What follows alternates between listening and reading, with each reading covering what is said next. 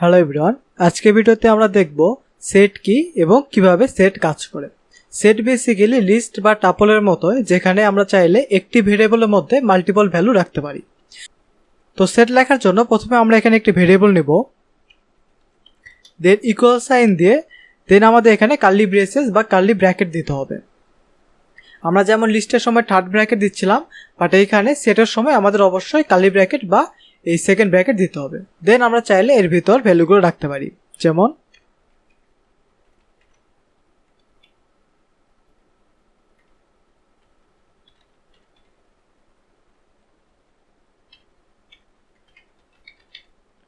এখন যদি আমরা এই সেটটিকে প্রিন্ট করি,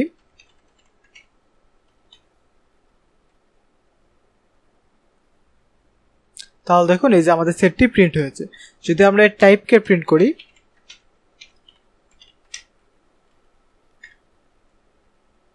দেখুন এখানে শো করতেছে এটি একটি সেট। দেন আমরা যদি এই সেটের লেন্থ বের করতে চাই, তো সেটিও বের করতে পারবো।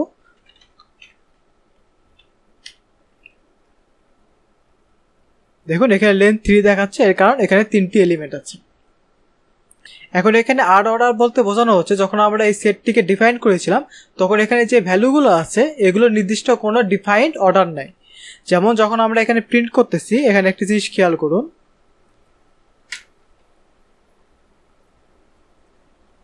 দেখুন এখানে আমাদের সেটটি প্রিন্ট করেছে। এখানে প্রথমে এসেছে অরেঞ্জ, বাট কিন্তু আমি এখানে সেটে কিন্তু দিয়েছিলাম প্রথমে অ্যাপেল, বাট এখানে শো করতেছে অরেঞ্জ। বাট যদি আমি ফাইলটিকে আবার রান করি, এখানে সেম অর্ডারে আসছে।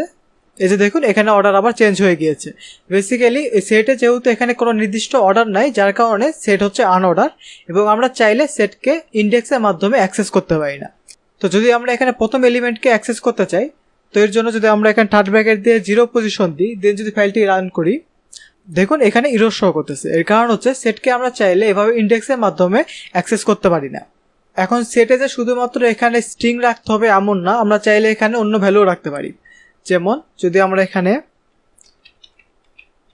সবগুলো ইন্টিজার রাখি, তো যদি টাইপ সব প্রিন্ট করি, তাহলে দেখুন এখানে আমাদের প্রথমে সেটটি প্রিন্ট করেছে, দেন এখানে টাইপটি প্রিন্ট করেছে। দেন যদি আমরা এখানে পুরোটাকে ফ্লোট করে দিই,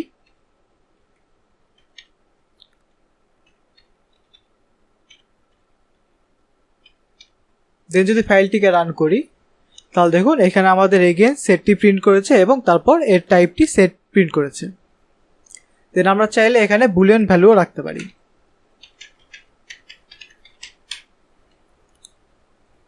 দেখুন এখানে সেটটি প্রিন্ট করেছে, দেন এর টাইপটি প্রিন্ট করেছে। তবে এখানে একটি কথা মনে রাখবেন, আপনি কিন্তু সেটে কখনো ডুপ্লিকেট ভ্যালু রাখতে পারবেন না।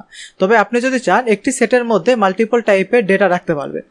যেমন এখানে দেখুন প্রথমে আমরা বুলিয়ন টাইপের ডেটা রেখেছি, যদি আমরা এখানে ইন্টিজার রাখি, এরপর যদি ফ্লোট রাখি, দেন এরপর যদি স্ট্রিং রাখি, এখন যদি এটি প্রিন্ট করি, তাহলে দেখুন প্রথমে সেটটি প্রিন্ট করেছে, তারপরে টাইপ সেট প্রিন্ট করেছে। এখানে একটি জিনিস খেয়াল করুন, যখন আমরা সেটটি প্রিন্ট করতেছি তখন দেখুন এখানে আসতেছে ফলস, ট্রু, তারপর 2, 3 এভাবে আসতেছে। বাট এখানে 2 এর আগে যে 1 ছিল এটি আর প্রিন্ট করতেছে না। এর কারণ হচ্ছে পাইথন প্রোগ্রামিং ল্যাঙ্গুয়েজে এখানে ট্রুকে 1 ধরা হয় এবং ফলসকে 0 ধরা হয়। যেহেতু একটু আগে আমি বলেছিলাম সেটে আপনি মাল্টিপল সেম টাইপের ডুপ্লিকেট রাখতে পারবেন না, সো যেহেতু এখানে ট্রুকে 1 ধরেছে, সো এখানে ট্রু এবং 1 এই দুটির মধ্যে শুধুমাত্র একটি রেখেছে, বাকিটি ডিলিট করে দিয়েছে। সেম যদি আমি এখানে 0 দিই, দিয়ে যদি প্রিন্ট করি, তাহলে দেখুন এখানে কিন্তু লাস্টে আর 0 শো করতেছে না, কারণ 0 এবং ফলস এই দুটি কিন্তু ডুপ্লিকেট।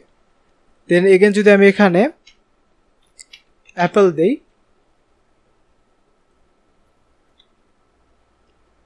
তাহলে দেখুন এখানে কিন্তু অ্যাপেল শুধুমাত্র একবারই শো করতেছে, বাট এখানে কিন্তু আমি অ্যাপেল দিয়েছি 2 বার, কিন্তু শো করতেছে একবার। এর কারণ হচ্ছে সেটে ডুপ্লিকেট ভ্যালু রাখা যায় না। যখন আপনি ডুপ্লিকেট ভ্যালু রাখবেন তখন যে প্রথম যে ভ্যালুটি আছে সেটি রাখবে, বাকিটি ডিলিট করে দিবে।